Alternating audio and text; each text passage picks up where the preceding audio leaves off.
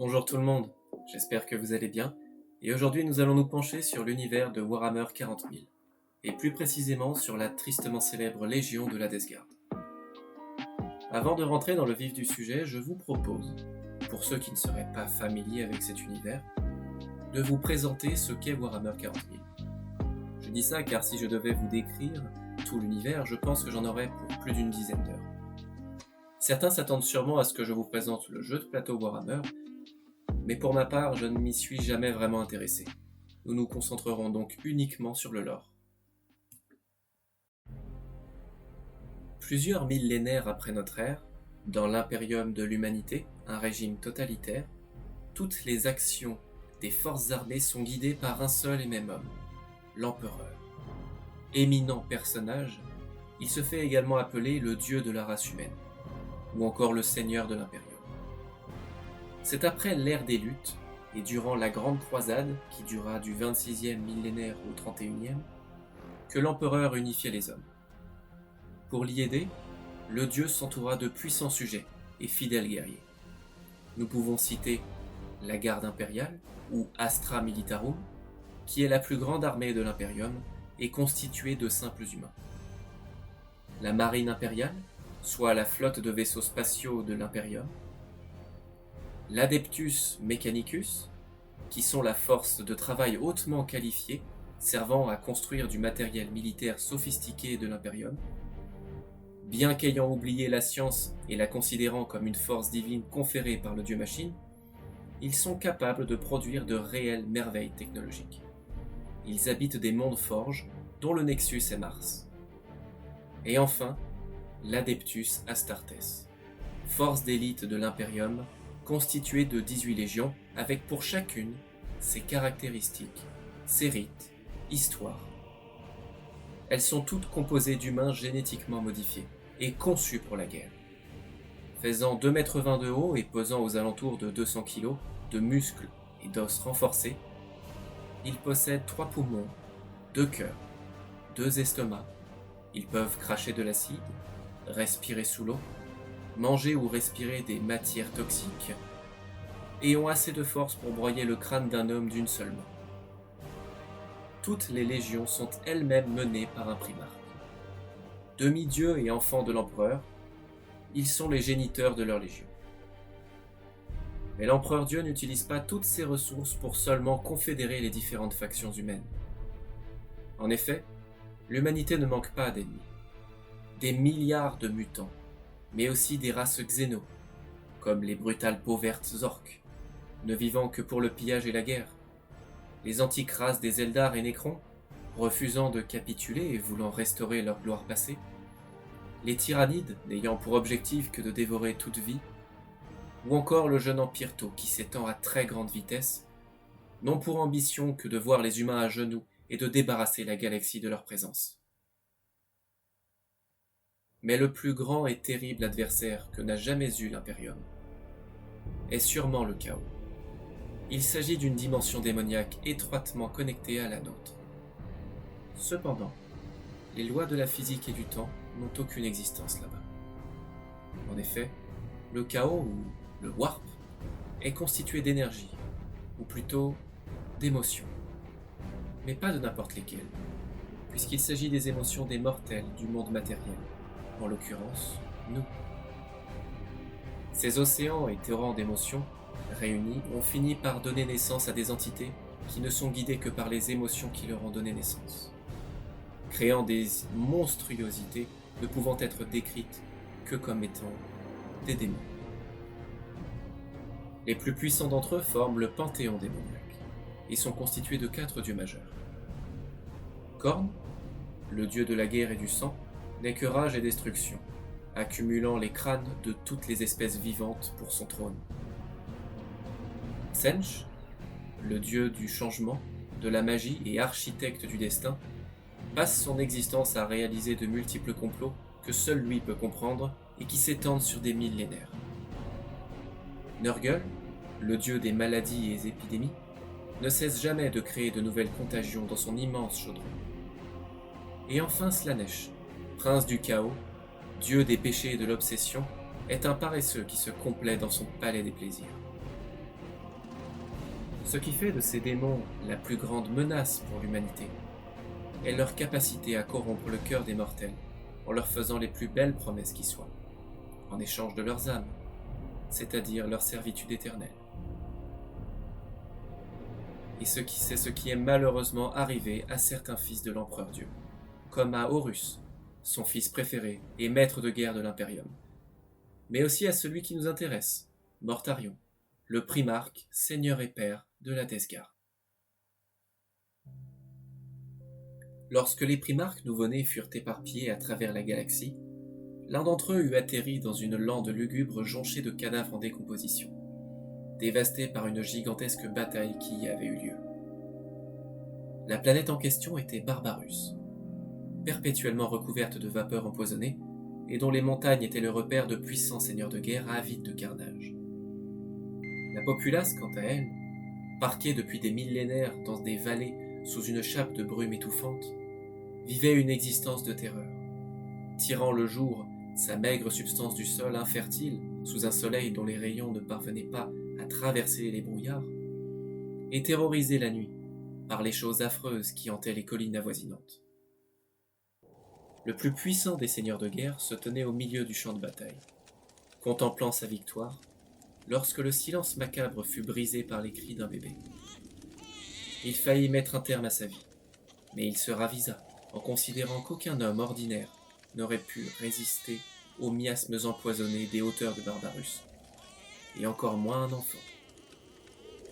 Il le contempla un long moment, puis le prit dans ses bras et l'emmena avec lui. Il baptisa l'enfant, né dans un champ de cadavres, Mortarion, le fils de la mort. Par la suite, le seigneur de guerre avait enseigné, au fur et à mesure des années, toutes ses connaissances au jeune primarque. Mais plus l'enfant grandissait, plus il devenait curieux sur ce qui se trouvait en dessous des montagnes où règne son père adoptif, mais n'eut jamais la moindre réponse. Pour cela, il fuya donc la cité, avec pour dernier souvenir son père le menaçant de mort pour sa trahison. Une fois arrivé au plus bas de la montagne, et pouvant pour la première fois respirer un air frais, Mortarion contempla le véritable peuple de Barbarus, et comprit que les golems de chair et d'acier que son père et les autres seigneurs créaient pour leur guerre étaient en réalité fabriqués à partir du corps de ces malheureux. Le primarque décida donc de donner tout son être à sauver son peuple et de le libérer des seigneurs de guerre. Peu de spectacles sont aussi écœurants que celui de la Desgard qui marche à la guerre. Des replis de chair pâle débordent des interstices des plaques d'armure rouillées. Du mucus acide suinte des chancres et des tuyaux percés. Des asticots se tortillent dans les plaies gangrénées, et des vapeurs toxiques s'échappent des encensoirs crasseux. Des mouches de la peste volent autour de la Desgard, comme des papillons de nuit autour d'une flamme mourante. Et leur bourdonnement se mêlent aux détonations sourdes des bolteurs et glas de cloches. Maculée de boue et de sang caillé, puant la charogne, la Desgard avance implacablement face à ses ennemis. Pourtant, ces immondes guerriers sont bien plus que cela. En tant que serviteurs mortels de Nurgle, le père des épidémies, ils jouissent de ces 1000 contagions et sont recouverts de parasites et de bactéries qui prolifèrent sur leur corps putréfié. Les arcanes génétiques sacrés utilisés pour donner vie à l'Adeptus Astartes se sont vus ainsi pervertis, leurs organes surhumains étant devenus des incubateurs pour d'implacables virus.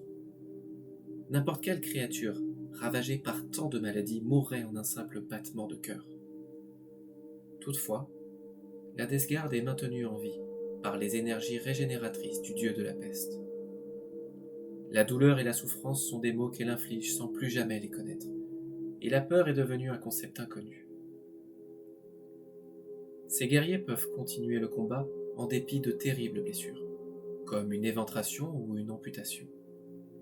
Même les obus et les tirs de plasma ne garantissent pas de détruire définitivement les marines de la peste.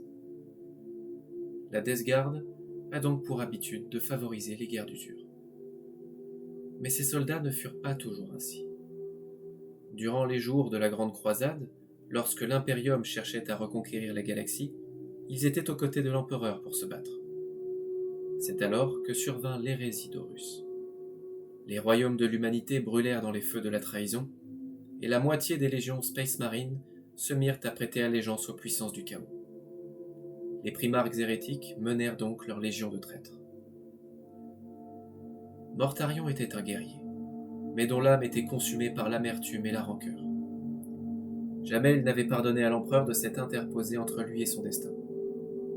Le dernier acte pour la libération de Barbarus impliquait Mortarion et son père adoptif, engagés dans un duel à mort. Mais l'entrée en scène de l'empereur fit qu'il mena le combat à sa place, sauvant la fille de son fils, mais s'attirant sa rancœur à jamais. Ce qui planta les graines de l'hérésie en Mortarion. Le primarque fut humilié. Même la libération de Barbarus, la quête pour laquelle il s'était donné corps et âme, ne fut gardée que comme un détail mineur sur la fresque de la Grande Croisade. D'un naturel froid et sévère, Mortarion est toujours resté à l'écart de ses autres frères primarques, à l'exception de Conrad Kurz, seigneur des Night Lords, et Horus, seigneur des Sons of Horus.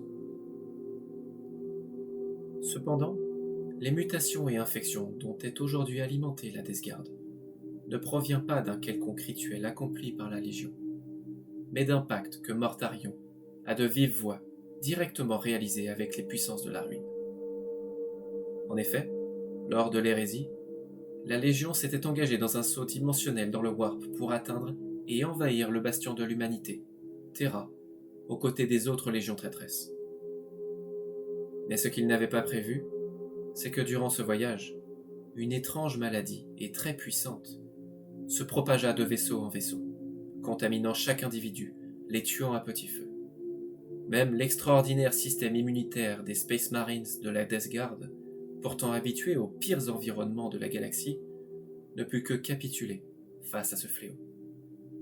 Au final, Mortarion n'eut d'autre choix que d'implorer les dieux du chaos pour le sauver lui et sa légion, qui tombait sous les symptômes de la maladie. C'est tout ce qu'avait attendu Nurgle pour soumettre la Légion à sa volonté et les transformer en des réceptacles pour ses bienfaits. Le dieu répondit alors à Mortarion en sauvant chaque individu. Mais plutôt que de les guérir, les membres de la Death Guard ne font désormais plus qu'un avec le fléau qui les avait autrefois consumés.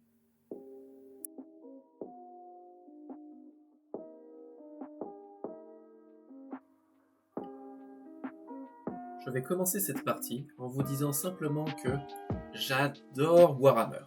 C'est sûrement l'un de mes univers préférés avec Star Wars.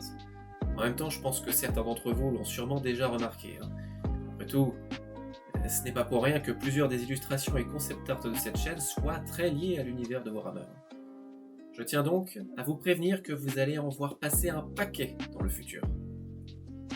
Sinon, pour vous parler du dessin, parce que c'est un peu le sujet, j'y aurais consacré environ 13 heures. C'est un petit peu moins que le précédent, mais la différence dans ma gestion du temps de travail est que j'ai décidé de ne pas le terminer le plus vite possible. En effet, j'ai pour habitude de tout le temps terminer un dessin commencé dans les 3 ou 4 jours qui suivent au grand maximum. Cependant, je ne vis pas de cette passion, je ne peux donc pas vraiment m'y consacrer à 100% quand je le souhaite. J'ai donc choisi pour cette fois de dessiner un petit peu chaque soir, entre 1 et 2 heures, pendant plus d'une semaine et demie. De cette manière, je dessinais régulièrement, et mon dessin avançait doucement, mais sûrement. Comme la Death Guard. De plus, cela me permettait de prendre un peu plus de recul par rapport à ce que je fais sur mes calques, ce qui veut dire qu'à chaque fois qu'il y avait des éléments à modifier, je pouvais le faire sans avoir trop avancé dans mon dessin. Cette petite illustration m'aura d'ailleurs servi de base sur laquelle je ferai mes futurs tutos pour la chaîne. Car je me suis fixé comme objectif de réaliser un maximum de traits et de textures à l'aide des brushes les plus simples de Photoshop. Je parle là de ceux que vous trouverez dès que vous ouvrez le logiciel, sans avoir à en télécharger depuis les sites internet. Donc à l'exception du background sur lequel j'ai utilisé un brush de nuage, tout a été réalisé à l'aide d'un brush à bord dur et d'un autre à bord doux, jusqu'à ce niveau du dessin. Le but étant de vous montrer qu'il est tout à fait possible d'aboutir à un résultat correct avec juste le nécessaire. La seule chose dont vous avez besoin est de bien paramétrer votre pinceau avec l'opacité, le flux, le filtre, l'intensité ou encore l'inclinaison nécessaire pour obtenir la nuance que vous désirez. Sinon, pour continuer dans les brushes que j'ai utilisées par la suite, on peut retrouver différentes textures de brume pour les nuages et la fumée, mais aussi un brush de boue pour l'armure de notre Space Marine du chaos en premier plan. Pour ceux qui se le demandent, les deux planètes qui constituent la majeure partie du background sont à la base de simples images que j'ai trouvées sur internet, sur lesquelles j'ai donc redessiné par-dessus. L'incrustation de photos étant une méthode très souvent utilisée par les artistes pour des textures et des éléments de décor afin de gagner du temps. Uniquement des images et sans presque rien dessiner par-dessus. Après, c'est donc à vous de trouver ce qui vous convient le mieux, évidemment. Enfin, la majorité des problèmes que j'ai pu rencontrer auront été plus des problèmes de composition du dessin plutôt que de conception. Comme vous pouvez le voir par rapport à ce qui a été décidé un peu au début, il y aura eu d'assez gros changements. Dans un premier temps, nous pouvons noter la disparition de ce qui s'apparente à un sorcier au loin, et au décalage vers la gauche du trône de la peste et une réduction de sa taille. Le problème était qu'il se trouvait trop collé à l'épée de notre gros hérétique et donnait l'impression de faire partie du premier plan. Il est très important que vous aériez les différents éléments de votre dessin afin que ce ne soit pas fatigant à regarder. Ensuite, le sol sur lequel se trouvent le mortier et les quelques personnages devait être une falaise, mais j'ai finalement opté pour une pente descendant jusqu'au premier plan. Cependant, arrivé au milieu de mon dessin, j'avais trop détaillé la roche du sol. Toutes les textures de mes personnages que j'avais mis se noyaient en fait dedans. Pour combler cela, grâce au conseil d'un expert, j'ai dessiné un sol avec juste ce qu'il faut de visible pour qu'on puisse faire la différence entre les plans. Et enfin, dernier point, j'étais partagé entre plusieurs idées pour la version finale du background. J'ai voulu, à la base, reproduire ce que j'avais pu trouver sur certaines illustrations officielles de la Death Guard, c'est-à-dire un amas de chair et de tentacules, mais au final, j'ai trouvé l'idée des planètes plus agréable et immersif pour une scène d'invasion. Voilà, c'est tout pour moi. Je tiens à m'excuser du temps que les vidéos mettent à sortir, mais c'est loin d'être évident pour moi de trouver le temps de m'y consacrer, comme au début de la chaîne, étant donné que le travail pour les réaliser est devenu un petit peu plus élaboré. Sur ce, je vous invite, comme d'habitude, à laisser un commentaire avec vos avis ou vos questions.